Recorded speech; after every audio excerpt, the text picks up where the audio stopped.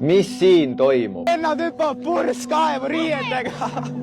Vennad lähevad purskkaevu riietega. Kutid, hüppake sillad tema ja saate tasuta Krispois märtsi. Hetkel on populaarsus kogumas kasutaja nimega Ponex, kellest mina arvasin, et ta on lihtsalt sükene mees, kes teeb pulli ja tehakse nalja, et ta näeb välja nagu Minecrafti Steve. Lähipäevadel on mul tulnud ette ta live ja ma neid veits vaatanud, et näha, mis toimub ja ma arvasin, et kõik on chill ja ta lihtsalt teeb pulli. Eelmas klipist oli näha, et asi on veits kahtlaseks läinud, et miks hüppavad lapsed purskkaevu, kui on õues on sügis, külm ja nad hüppavad purskkaevu, et saada Ponex kõrvaklappe, mis tegelikult on AliExpressis mingi odava klapi, mille nad on pannud oma nime juurde, aga seda ta ei ütle, et lapsed arvaksid, et nad on Ponex kõrvaklapid. Wow. Ma ei saa aru, need editida, miks inimesed neid taunid on, ma ei saa aru, kuidas te elate?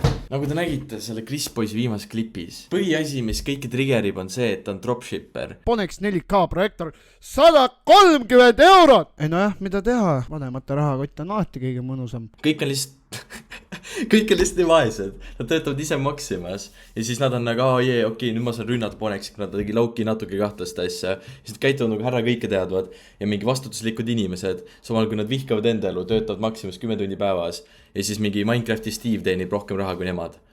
Nagu see on see nende dilemma ja siis ta nagu, oh my god, on dropshipper. Ma ei tea, ta oskab hustleda, ma olen nüüd ketas. Mis ta ei ole Minecrafti Steve? Läheb välja nagu Giga Chad. That's the first time. Okei. Ehk siis probleem on lihtsalt see, et inimesed ei respekti hustle'id, kuna nad ise ei ole hakkama saanud. Aga probleem pole selles, et mina olen vaene, vaid see on see, et ta on dropshipper, et ta müüb Hiina tooteid väga kalli hinnaga. Fucking 2017 argument. Sa elad minevikus, türa, sa oled kinni. Mine Grotoopiat mängima või midagi.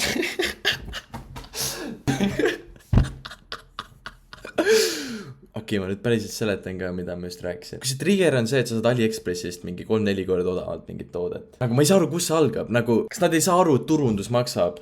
Nad maksavad Coca-Cola eest, mis on mingi 4 € liiter. Ja selle tootmishind on 5 senti liiter. Maksavad seal mingi 80 korda rohkem isegi. Võtame kurgid.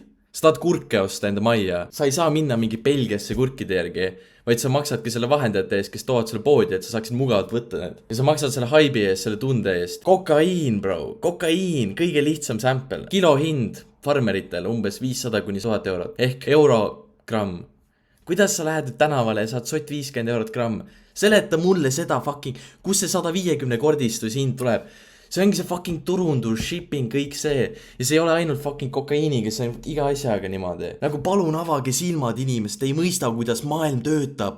Raha liigub sinna, tuleb sealt. Kuidas see saab A-st B-ni nagu? Mõelge.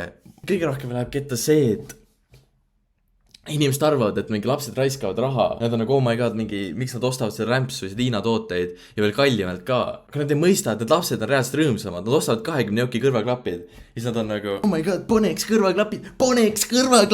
Nad on reaalselt mingi aines või midagi. Nagu, lapsed naeravad. See toob rohkem naeru neile. Las nad ostavad seda paska. Inimesed tahavad tarbida, terve kapitalism, terve ühiskond selle pealt, miks te nutate, ma ausalt ei saa aru. Probleem on see ka, et miks nad järve läksid, aga nagu ütleme, et kuidagi kellelegi tuli tõesti palavik. See on täpselt sama point.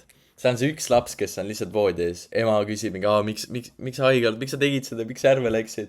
See poleks, parast mu laps on õige. Ja siis see laps tegelikult on lihtsalt voodis. Emme, ma olin Poneksi laivis, ma Poneksi kõrvaklapid, kus need on?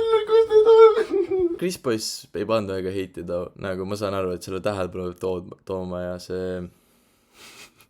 Kui see läheb selleni, kus on mingi... Esimene, kes Mount Everesti tippu saab, see saab Poneksi kõrvaklapid. Siis võib olla, jah. Aga... Ütleks, see on päris okei piir veel. Nagu talvel võib olla, kui minna mingi lompi vaata. See on hull. Aga nagu juba Ponex vabandas, mis me enam räägime. Nagu, et... ma ei tea, kes see kutt oli, see mingi YouTuber. Mans tõmbus nii kette just siis, kui Ponex hakkas vabandama. Et nagu Ponex võiks actually vastata, sest ta ei meeldinud see. Eesti enda dropshipper. See ei ole hea mõte, sa oled loll, Ponex. Sa oled fucking loll. Kas sul endal ei ole mõistust või? Ärge lubage enda lasta minu laividesse. Asi ei ole selles, et nad sinu laivides on ja asi ei ole selles, et nad sina, kes sina neil oled, sina oled Ponex.ee, sina ei ole neile mitte keegi, sina ei peaks neid lapsi vaatama isegi, kuigi, ja vastutust võtma, see on lapsevanemate süü, kuigi sa peaks olema vanem targem ja ütlema neile, et kuigi, et tegelikult see ei ole hea mõte, ärge palun minge jalgudi sinna purskkaevu. Aga ma tunnen ka, et see see Ponexi point, et vanemad ise valivad, kas nende lapsed tulevad internetti või mitte. Nagu although vanemana on seda väga raske valikut teha, et sa ei anna oma lapsele mingi TikToki või midagi, sest et ongi lihtsalt see, et sa oled nii-öelda halb vanem, social standard on juba see, et su laps võib TikToki kasutada asju. Ma ei tea, isa peab väga mingi moraalne olema, ongi lihtsalt ütleb, et meie majas me ei kasuta TikToki, sest et see põhjustab brain rotte igal kujul. Open Gangnam Style!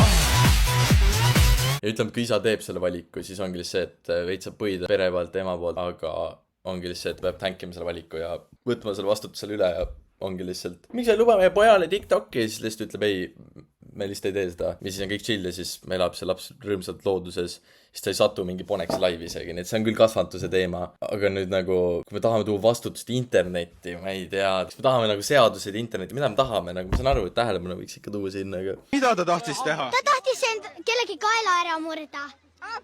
Sinu kaela tahtis murda. Kas see on päris rahvas või? Ta vaatas terve see aeg mingi laivi. Nagu see on nagu mingi Black Mirror episood, terve aeg lihtsalt vaatad mingit sõnumeid telefonist ja nüüd ütlevad sulle, mida teha. See on nagu see kättemaks kontori episood oli ka see mingi sinivaal või midagi. See tuletab seda meelde, et lihtsalt tee, mida sulle öeldakse. Et see on küll veits kaft, aga ongi nagu see fame ajab pähe, see on arusaadav. Kõik need know-it-all vanad siin, kes panevad puit alla, nad lihtsalt ei mõista, kuidas võim ajab inimeste laia. Chris Boys rääkis ka vastutusjuttu, on ja et põhimõtteliselt sul on kohustus ja vastutus üle enda fännide. Kui sul on siukene vaatajaskond ja sul on see grupp inimesi, sina oled selle sinna tekitanud, siis sa pead sellest ka vastutama, sest kui midagi juhtub seal, siis sina oled sellest süüdi. Me kunagi tehti niimoodi, vähemalt minu ajal, et lapsed võtsid nagu neid konisid, mida natukene veits nagu otsa ja siis nad kimusid nood ära. Minge ostke Kinder muna ja ongi elu. Ja sööge šokolaadi. Mul on šokolaadi. Kohe õige example, mida teha.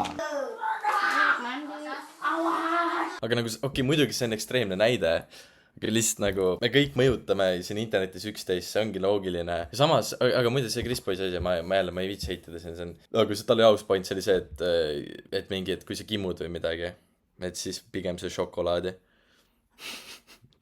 No, see on aus jah, aga...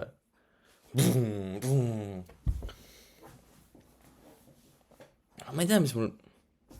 lahendatud, täna ma panin mingi 5 minutiga selle teema paika, ma ei pidanud isegi proovima, ta ütleb nii taunid siin.